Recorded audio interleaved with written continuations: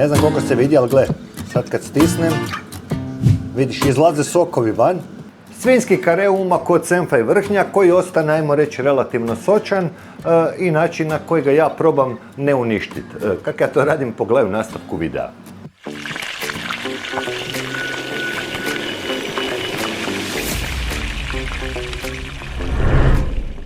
Ok, pa da krenemo, znači imam ovdje kilogram svinjskog karea, evo možeš vidjeti 8 komada, mesar mi je to izrezao ranije na komade, pa nešto malo manje od 2 cm. Idem ih pripremiti. Prvo ću skinuti, znači, ovu bijelu opnu. Gle, ovo se vrlo, ajmo reći, kratko termički obrađuje, a ovo se ne stigne ispeći. Tako da, moje saznanje je, najbolje ti je to ukloniti nožem. Pogledaj sad. Ok, znači prvo ću ukloniti ovu bijelu opnu, gle.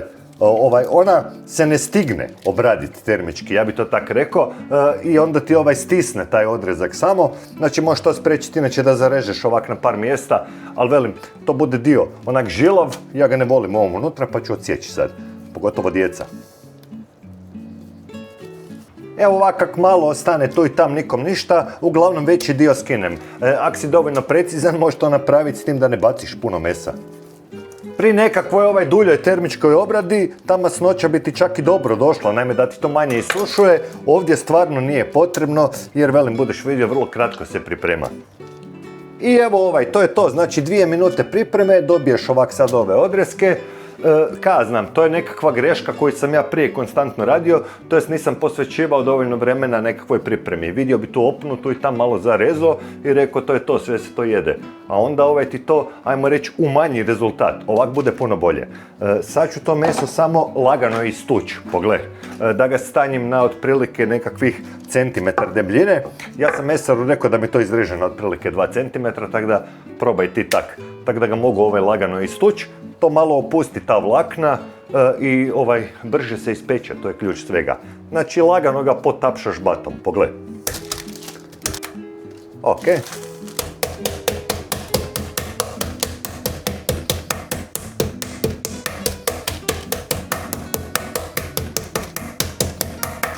Evo, znači od sredine prema van da dobiješ otprilike ovak negdje centimetar debljine. Ova folija me sad pomogla.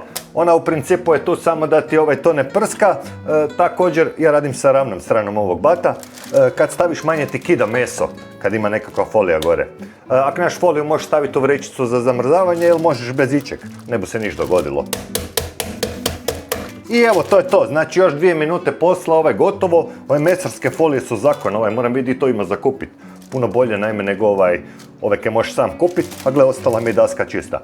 Sad ću fino lijepo samo nasolit meso, pogledaj. Znači lagano s jedne i s druge strane. Sad kaj ta sol radi? Naime, ona ima sposobnost da izvuče vodu van iz tih odrezaka, onda se sol rastopi u toj vodi i onda se postepeno vrati unutra. Tako da odrezak ostane fin, lijep, sočan. Sad ću ih fino lijepo ovak posložiti na nekakav tanjur. I sad ih pokriješ ovak folijom i idu u frižider na 45 minuta. U tih 45 minuta će se to dogoditi, oni puste vodu pa je popiju nazad. Ako nemaš tih 45 minuta onda ih soliš neposredno prije nego idu u tavu. Jer sve ovo između vrijeme, oni puste vodu, ti staviš peć, onda se ne mre dogoditi ona Millardova reakcija, ne stignu se za peć i to je to. Po meni je onak relativno bitan korak koji sam ja sam znao posoliti pa ostaviti 15 minuta sa strane, onda se čudim zake se nisu sad zapekli, zake to pušta toliko vode. Evo, to bi bilo to, ajde u friđu. Malo počistiš i možemo dalje. Ok, malo sam kao počistio, u stvari nisam, odmorio sam. Vrijeme je da pripremim rižu, kod mene je danas basmati. Ona je onak, ajmo reći, najviše rastresita i paše mi ovako uz nekakvo jelo koje ima umake. Jedna šalica riže, pogled, to jest prvo ću je dobro oprat da uklonim višak škroba. Znači ovako nekakvo cjedilo i dobro oprat, to bilo bi to par voda, lakše mi je u cjedilu, gle. Ok, opranu rižu ostavim da se malo procijedi, pripremim posudu u kojoj mislim kuhat. U nekakvu drugu posudu u kojoj ću ugrijat vodu dolijem ravno šalicu i pol, znači koliko riže, toliko plus 50% vode. Za basmati je tak, skužio sam najbolje, znači šalica i pol vode. Staviš to fino lijepo da zakipi. U međuvremenu ugriješ ovu drugu posudu u kojoj misliš raditi rižu, baciš unutra ovak kockicu maslaca i u rastopljeni maslac, znači dodaš rižu, gle. Kratko je prepržiš na tome, možeš lagano sebi smanjiti vatru. Ne treba predugo, znam, nekakvih minutu i više nek dovoljno tamo dok mi voda ne zakipi. Ovo je onak jedan neobičan način kuhanja riže koji sam naučio u zadnje vrijeme. Naime, ovaj maslac ti sad obloži tu rižu i onda se ona kasnije manje lijepi, logično. Ne bi vjerovao, ali tak je. Evo, obložio sam svu rižu, neću je sad pržiti, naime ne smije ona se početi peći. I sad podliješ sa ovom vrućom vodom, s ovom šalicom i pol, pogledaj. Opa. Lagano promiješaš da odbojiš tu rižu sad tek sad posoliš, to bi bila nekakva jušna žličica ona soli. Evo ga, poklopiš i smanjiš vatru na najmanju moguću. Ja ću sad prebaciti na ovaj tamo, gle. Znam, 4 nek bude po ovom. Da vidim jel kipi. Poklopiš i kuhaš po uputama na pakiranju. Znači, kod mene na ovoj riži piše 12 minuta, mislim 10 do 12 minuta, kuhaš 10 minuta i onda ugasiš i ostaviš poklopljeno. I to je to. Ne moraš otklapat, ne moraš miješat, ne moraš niš drugo raditi. To je sva procedura. U međuvremenu mogu odmah preći na izradu mesa i umaka. Sad da vidim vrijeme da znam 10 minuta. Ok, za umak ću si prvo pripremiti jedan ovak malo veći luk na nekakve sitne kockice. Mislim, realno ne treba mi luk sad odmah, ali volim imati to spremno jer kad krene ovo s mesom to je relativno brzo. U međuvremenu ću samo izvaditi ovo meso iz frižidera, nek malo dođe na sobnu temperaturu dok ovo pripremim, luk i ostalo. Evo luk spreman, znači nekakva tava u kojoj misliš pržiti to meso, fino lijepo je dobro ugriješ. Evo meso, gle, pustilo je dosta tekućine, ali nije premokro, mogu ti reći. Znači dobar dio se vratio unutra. Tavu ću dobro ugrijat, malo nauljit i staviti pržit meso. Meso bi inače, ja osobno, sad umočio malo u brašno, to ti pomogne da se meso ne svrče onak, također kasnije bude dobro za umak. S obzirom da imam 8 ovih komada, a pržit ću po 2-3 jer ne smiješ prenatrpati tavu, velim ovdje je bitna jako temperatura, sad to neću raditi, kasnije ću zgusnuti ovaj umak na drugačiji način.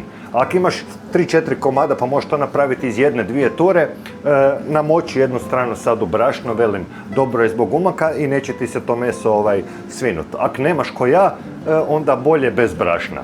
Znači, gle, ugrijala tava jako dobro, par kapi ulja, evo neću previše, i stavljaš pržit meso gore.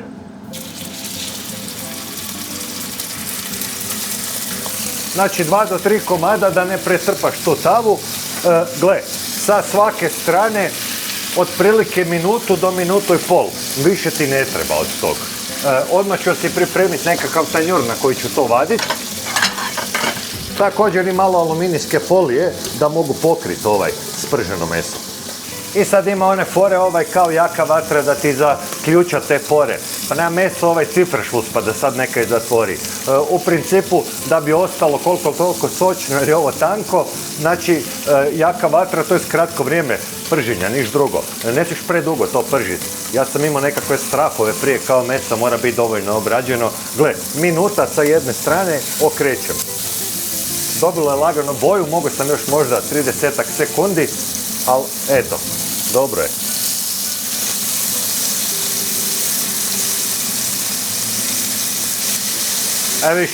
Evo viš ovaj zadnji komad mi je ispao kak je trebalo sve. Ova dva ću ponovno okrenuti kad se završe. Evo vratit ću kratko na ovu stranu samo da još malo to zažutim, ali to je otprilike to. Gotov. Vadim van na tanjur sa strane, ovdje doslovno još 10 sekundi i mogu na iduću turu.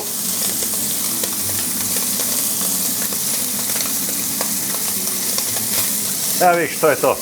Opa. Evo vidiš, to je to kaj sam htio dobiti. Odmah stavljam ostale. Možda dolit kap ulja, ako ti treba. Ova non-stick tava pa neću. Evo ovo ću pokriti da se ne hladi. Naime, kad baciš meso sad ovak na tavu, probaj ga tih minutu i pol ne dirat, ne pomicat, to stvori onu koricu. Ako puno čeprkaš po njemu i mičeš ga, ne stigne se od zdola stvorit korica. Tako da minutu do minutu i pol, ajmo reći onak strpljivo. Možeš eventualno dolit kap ulja, dve, ako ti se čini malo, evo. To visi kakvu tavu imaš, ova heksagon, tu se uopće ne lijepi, tako da nije problem. Evo, minuta i pol, okrećem.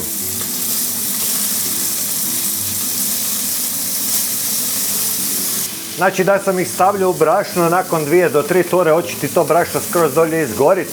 To sam isto par puta napravio grešku čak i u videu i onda kao to deglaziram. Velim, bolje bez brašna ako imaš više tura, to jest malu tavu. Obično se imamo male tave. Nemaš višak mesa, imaš malu tavu. Evo, nakon minutu i pol i s ove druge strane vadim i to. Pogledaj kako izgleda sad, ne mogu baš okrenut. Čini mi se to ok. Čak malo bolje nego ova prva tura, ali dobro. I ostala su mi još 2, velim, kap ulja. U međuvremenu je riža prešla 10-11 minuta. Sad ću je fino lijepo ugasit i ostaviti poklopljenu narednih 10-ak minuta. Nema razloga da je gledaš. Nema se kaj dogoditi. I evo, za zadnji komad vatra je bila fakat jaka, pa poprilično se brzo to napravilo. Minuta i pol sa svake strane. Tavu sad mičem sa ovog ulja. Naime, gle, jak nisam stavljao brašno, ulovilo se, ugasit ću ovo da mogu pričati u miru. Jak nisam stavljao brašno, pogled, uspjelo je zagori dolje ovo od mesa. Velim, 3 ture kad imaš, ako imaš 1 do 2, onda sad možeš to deglazirat. S obzirom da sam imao 3, velim, ulovi se to. Sad ću je samo lagano obrisat ubrusom, to jest isprat to. Evo, lagano sam ispro, čak ću je obrisat. Velim, jesu to okusi, ali ako ti zagori, bolje je maknut nego stavit. Da nekakvu gorčinu, onda opet nije dobro. Sad ću opet dolit kap ulja unutra, pogled. Znači, u relativno očišćenu tavu, opet malo ulja da pokrijem dno i staviš pržit gore luk.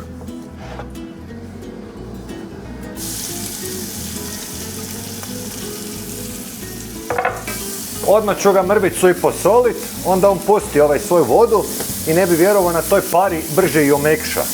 Tako da ovdje mi ga nije cilj izdinstat ko da radim nekakav gulaš, nek tek toliko da omekani i postane onak, ajmo reći, proziran. Malo ću sad i smanjiti vatru. Čak nije loša ideja ni dolit malo vode, gle. Ovak, jedan čokančić. Velim, onda ga ta para brže obradi. Kad već imam ovo u ruci, ne vidim zakaj ne popiti jednu rakiju. Ajde. To sam si pripremio malo sitno sjeckanog češnjaka. Ovaj luk je dobio onak posvjetlio je, možda 2-3 minute, lagano se zastaklio. To je sad to. Dodaš unutra nekakvu žlicu senfa, otprilike. Evo ovak. Lagano prepržiš taj senf, ne treba predugo. Dodaš unutra odmah ovaj češnjak. Sitno sjeckani. To sve promiješaš, prepržiš još maksimalno 30 sekundi. Pazi, ja sad radim ovo sve onak relativno brzo. Ajmo reći u stvarnom vremenu. Tako da nemam baš vremena. Sad ću podlit to sa malo vode. Evo malo vode. Pustiš da prokipi i dobro promiješaš da se taj senf, ajmo reći, ukomponira unutra. U međuvremenu možeš začiniti. Gle, ja ću sad unutra rastopiti jednu ovu svoju kocku ovog demi-glazaka imam kaj sam spremio. To bi bilo nešto goveđi temeljac. Možeš sa bilo čim, povrtnim, vegetom, kaj znam. Ja imam ovu kocku i velim, šteta je to ne iskoristiti, stavit ću jednu jer je ona dosta, velim, to je koncentrirani temeljac. Sad ću lijepo samo rastopiti tu kocku unutra. U međuvremenu ću i popaprit. Evo, možeš vidjeti, već sad to djeluje kremozno, stvara se nekakav umak, taman dok ova voda ispari, ulijem vrhnje i to je to. Znači, imam ovdje nešto vrhnja za kuhanje, ne znam koliko ima, uliću sve. Malo ću i isprat s vodom, evo, sve unutra. To bi bilo nekakav decilitar i pol, ako imaš više, stavi više, imat ćeš više umaka. Umiješaš unutra i to vrhnje, možeš potom probat, naime, kakvog je to okusa. Odmah ćeš vidjeti. Ok, zanimljivo. Ja ću unutra dodati, imam i ovog smrznutog kopra, moš peršina, moš kaj hoćeš, meni kopar paše uz ovo. Velim, ne mora kopar biti samo za piletinu, paše meni i ovdje. Ovdje je osnova u principu vrhnje i semp i ovaj luk koji daje slatkoću, može začiniti po želji. I učinilo mi se da fali malo soli, pa ću dodati još prstohvat soli. I pogledaj, ovo je sad poprilično rijetko, to jest nije baš ni toliko ni rijetko, ali fali malo gustoće. To je zato jer nisam stavljao brašno na one odreske, i ako nisi to radio možeš to spasiti, znači malo gustina ili ti kukuruznog škroba, pa nekakvih pola žličice, ne treba više.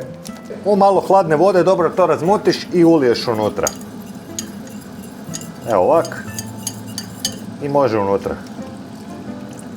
Znači kad razmutiš tako u hladnoj vodi, nema šanse da imaš grudice. Pogledaj, to ću sad sve fino lijepo umiješat. I sad lijepo fino vratiš ovo meso unutra, pogledaj. Znači zajedno skup s ovim svim sokovima. To su oni okusi koji nam trebaju. Opa. Da se ovi sokovi od mesa umiješaju u taj umak. Evo ga. I pustiš da prokipi, po meni najbolje nekakvih minutu, 60 sekundi, ne više. Jer pazi, ovo meso je termički obrađeno, cilj ga je sad samo tu ugrijat. Nije to ko znam vratina, jer kak da velim, a ga dugo termički obrađuješ, nije to ko vratina i ne znam lopatica koja ima puno kolagena koji se topi, pa onda to duljom termičkom obradom postaje mekše. Ovo meso ako dulje termički obrađuješ, bilančevine se stisnu, pusti višak vode van i bude tvrdo ko džon. U tome stvar. To je u principu bit cijelog ovog videa. Znači ne smiješ to previše termički obraditi. Evo 60 sekundi, to se ugrijalo, gasim. Poklopit ću samo sad, neke još mrvicu odmori, da ovo počistim i možeš poslužiti. To je sve. Velim, ja sam dugi niz godina imao strah da će mi meso ostati sirovo i onda ovo sad prodinstam još u ovom ovak 10-ak minuta i onda to postane fakat žilavo. Vjeruj mi, minuta, obradio si ga termički, vjeruj mi, to je dosta. Buš vidio sad kad poslužim. Evo mogu odmah i poslužiti, neću previše čistiti, da vidimo rižu, trenutak istine. Otvorim i to je to. Nekakvom vilicom je malo samo razbistriš, pogledaj. Znači nemaš žlicom, onda gnječiš zrna. Ne lijepe se zrna, znači to, ostaje to samo poslužiti. Evo ću ovaj tamniji tanjur zbog umaka, da imam nekakav kontrast. Rižu možeš ovako nekakvu šalicu, gle. Stisneš, staviš na tanjur i okreneš i gle ovo. Izgleda malo ljepše nekad sa žlicom samo nabacaš unutra. I dakle ostaješ samo poslužiti meso i umak i to je to. Evo ovak jedan. I umak. Da ne bude to sve suho. I ostaje sad ukrasiti sam malo svježeg peršina i to je to. Evo ga. Čak i nije trebalo, ali ajde. I evo ostaje samo probat, logično meso te zanima isto kao i mene. Evo pogledaj, vidi, iznutra nije rozo, znači gotovo je to, a još uvijek je sočno, ne znam kako da ti to pokažem, i sjeća jedan mali komad pa da vidiš. Ne znam koliko se vidi, ali gle, sad kad stisnem, vidiš, izlaze sokovi van, znači meso je još uvijek sočno. O tom sam ti pričao. Pa da probam ovako komadić. Znači gle, kare, a mekan ko duša. Uz to, moram reći, fino lijepo slan. Znači, ako imaš vremena, obavezno nasoli nekakvih 45 minuta ranije, radi fakat razliku. Gle, meso je mekano. Evo, gle, probat ću rukom otkinuti. Vidiš? To je kod karea, inače teško napraviti, sad sam se cijeli zasro. Umak, riža, meso. Ma daj. Ne moraš žvakat. Znači ovaj vrh, fali još nekakva salata i top. I sad ona stvar kod karea, naime koju sam htio reći, nemoj biti ko ja. Velim, ja sam godinama još minutu tamo na tavi da ne bude da ne bi ostao sirov. Pazi, ta minuta na tavi i 2-3 minute dinstanja duže ovdje naprave fakat razliku da ovo bude ovak sočno i mekano da ne moraš žvakat i da ne mreš to jest. Probaj I vidi, velim, eto, meni je otvorilo oči. Ako sam nekog nešto naučio, bit će mi ekstra drago. To bi bilo sve od mene, vidimo se neki drugi put, ako nemaš ništa drugo za raditi, pogledaj još koji od mojih videa. Aj bok!